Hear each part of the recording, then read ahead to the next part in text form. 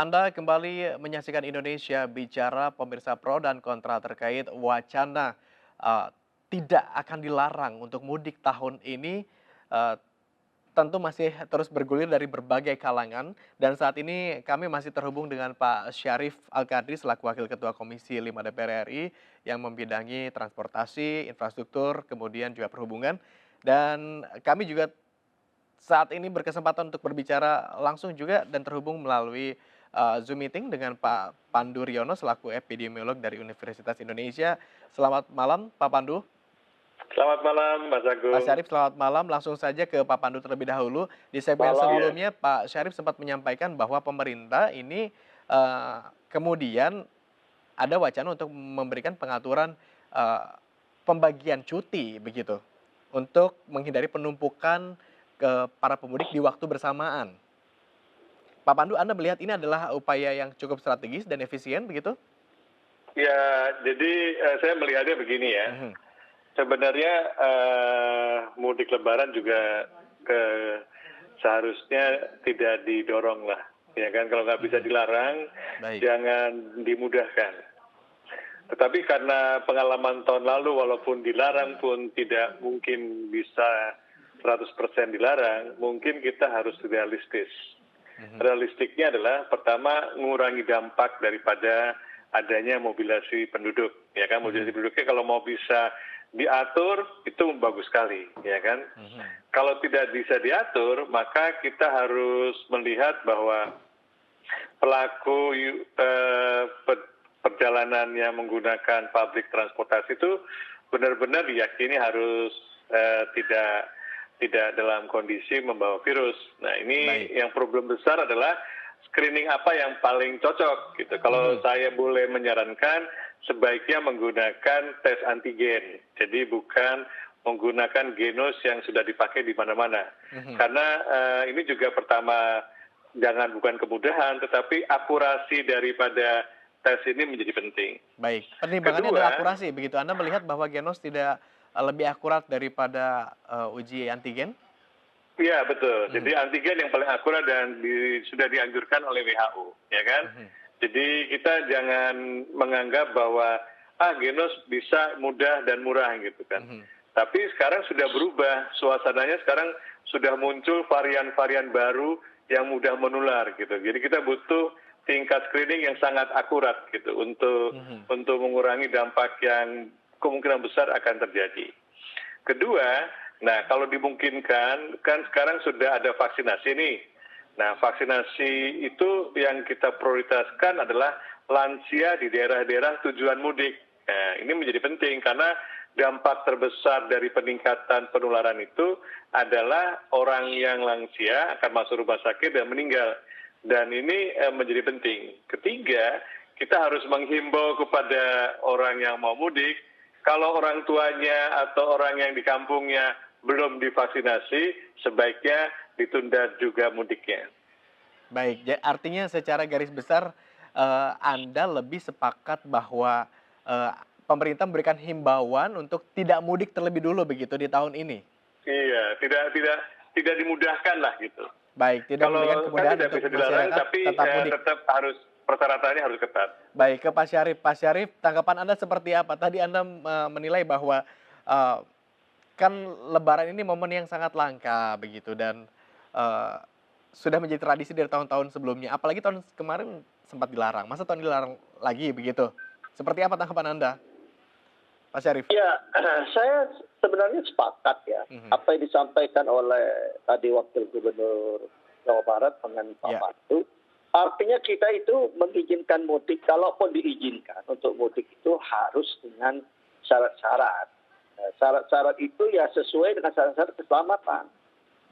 Tadi umpamanya dia mudik ya dengan harus mengantongi antigen. Kalau bisa, kalau memang menggunakan antigen itu antigennya di tempat aja. Mhm. Iya. Ya, jadi ya gunakan beberapa tempat yang banyak gitu ya. Karena juga bisa saja antigen itu dia dapat ya, dengan buat surat ya. Lantas Betul. antigen itu bisa saja dia laksanakan sehari sebelumnya. Setelah itu dia pergi ke orang lain terjangkit dengan demikian dia membawa virus. Ya memang yang lebih akurat itu menggunakan swab, PCR. Nah, jadi cuma memang harganya mahal. Kalau mau pakai antigen, kalau mau ya di bandara-bandara itu ya antigennya di bandara. Di kereta api antigennya di kereta api. Kalau lebih baik lagi tidak menggunakan kendaraan pribadi atau digunakan dengan kendaraan yang difasilitasi oleh pemerintah. Dan bis ya banyak kemarin itu dengan tetap menggunakan protokol kesehatan. Kemudian juga harus rajianya ketat di perjalanan, terutama jalan daerah Jawa ya. Jakarta, Jawa, Sumatera ini kan bisa jalan darat. Kalau ke tempat saya Kalimantan Barat kan cukup 2 saja ditunggu, lewat kapal atau lewat bandara pesawat. Tetapi di daerah-daerah ini ya harus diperbanyak untuk bagaimana supaya orang itu betul-betul dipastikan dia datang ke daerah itu tidak membawa bibit, gitu. Tidak menjadi klaster baru, apalagi dengan ada varian-varian baru yang sekarang. Baik. Selain itu mungkin begini, pemerintah mau percepat ini. Saya sependapat dengan Pak Pandu tadi di daerah-daerah yang kira-kira akan lebih banyak nanti potensi wisata yang potensi orang untuk datang ke sana. Mudik itu balik kampung. Artinya kan bisa dilihat itu daerah-daerah mana yang banyak di luar sekarang akan datang ke daerah itu. Ya tadi itu lakukan antigen secara massal. Baik, Pak Syarif, orang mungkin mudik dengan kendaraan atau transportasi umum bisa jadi relatif lebih mudah untuk dikendalikan begitu dengan cara penempatan uji antigen di stasiun, kemudian juga di terminal atau di bandara begitu. Tapi bagaimana dengan mereka-mereka yang kemudian mudik dengan kendaraan pribadi, sedangkan melakukan perjalanan itu kan preferensi masyarakat. Ada masyarakat yang lebih nyaman dengan kendaraan pribadi, ada juga masyarakat yang mungkin tidak kemudian merasa dirinya lebih aman dengan berkendara mobil pribadi ketimbang naik kendaraan umum. Seperti apa kemudian pengontrolannya? Ya sekarang ini kan kita harus tahu bahwa ini kondisinya, ini kan bukan kondisi normal ini. Kondisinya tidak normal. Undang-undang saja ada Perpu yang sehingga DPR ada berapa kewenangan DPR itu dalam rangka untuk mengatasi ini kita berikan kepada pemerintah.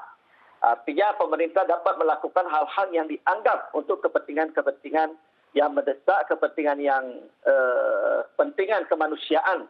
Sehingga dengan demikian ada beberapa hal yang didelegasikan oleh DPR kepada pemerintah. Apalagi untuk mengatur, umpamanya ya dengan untuk mengeliminir terhadap terjadinya penumpukan, saya kira kendaraan-kendaraan pribadi tidak lagi diperbolehkan pada selama Lebaran itu, kendaraan seperti motor, ya pakai motor ini yang biasa lalu-lalu pakai motor saja bisa.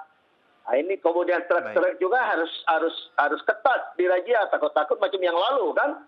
Dia pasang tarpam. Sudah ada perbincangan ke situ Pak Syarif terkait penerbitan Perpu begitu untuk mengendalikan ini? Bukan maksud saya Perpu ya. Saya contohkan sekarang ini kan Perpu nih undang-undang menjadi undang-undang sekarang ini dalam rangka untuk mengantisipasi berkaitan dengan pandemi ini kan pemerintah mengeluarkan Perpu dan kita setuju menjadi undang-undang. Baik. Ada hal-hal yang beberapa hak-hak yang ada di DPR itu kita berikan pemerintah untuk melaksanakan supaya bisa mengambil tindakan secepatnya. Apalagi sekarang ini dalam rangka untuk mengatur lalu lintas berkaitan dengan untuk Lebaran gitu. Sehingga ada aturan-aturan yang harus ya dilakukan, tidak harus normal. Pokoknya kendaraan yang lalu kita berikan kewenangan mereka untuk tidak kita izinkan. Sekarang ya, kendaraan pribadi ini seharusnya tidak lagi dibenarkan pada saat-saat musim Lebaran gitu. Aturannya itu kan lewat regulasi keputusan menteri. Sekali lagi jangan dibilang perpu lain. Baik, ke Pak Pandu. Pak Pandu tadi Pak Syarif sempat menyampaikan bahwa tahun ini sebaiknya aturannya kendaraan pribadi tidak perlu begitu atau tidak dianjurkan untuk melakukan mudik. Anda sependapat dengan itu Pak Pandu? Oh kalau itu setuju itu. Itu jadi sebenarnya pemerintah mempunyai wewenang yang lebih besar untuk memanfaatkan atau mendorong memperbaiki bahkan meningkatkan servis transportasi publik. Ya. Dan nanti kalau di tempat tujuan nanti ekonomi di tempat lokal bisa berjalan, mereka bisa sewa kendaraan atau apa dan sebagainya. Jadi saya setuju dengan tidak melarang dengan motor, dengan mobil pribadi, itu menggunakan transportasi publik, itu juga membatasi untuk, atau bukan membatasi saja, tapi bisa mengkontrol pelaku-pelaku yang akan mudik ke tempat kampung halamannya. Baik, virusnya saja bermutasi begitu Pak Pandu ya, kemudian Betul, juga varian iya. barunya sudah muncul. Kita ke Pak Heeh. Syarif kalau begitu Pak Syarif mengingat bahwa variannya baru, kemudian juga virusnya bermutasi begitu. Akankah aturannya juga kemudian dapat dimodifikasi untuk menyesuaikan dengan kondisi yang sekarang? Ya, saya kira itu punya keleluasaan untuk itu. Pemerintah itu punya keleluasaan untuk mengatur itu.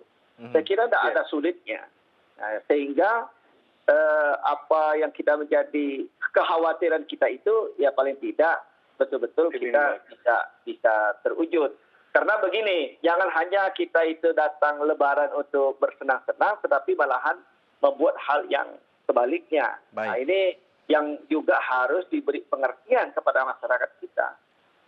Baik, ke Pak Pandu kalau begitu. Pak Pandu, ada aturan saja, kita berkaca dari tahun lalu begitu ya, tetap ada yang melanggar, kemudian juga pengetatan juga dilakukan, tapi ternyata 2 pekan setelah libur panjang umumnya ini angka positif kasus corona kemudian meningkat.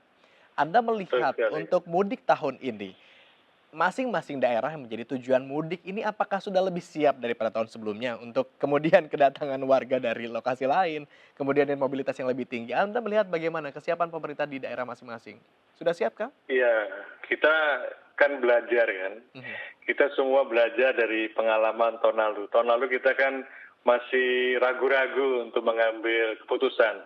Sekarang saja pemerintah sudah berani melakukan pembatasan kegiatan masyarakat bukan hanya di satu provinsi, bahkan di luar Jawa, Bali, dan ditambah beberapa provinsi lain. Itu artinya pemerintah belajar dari pengalaman tahun lalu. Kedua, kita memasuki era baru. Sekarang era di mana program vaksinasi sudah berjalan. Nah, vaksinasi yang kita harus prioritaskan yang terkait dengan mudik adalah vaksinasi pada kelompok lansia.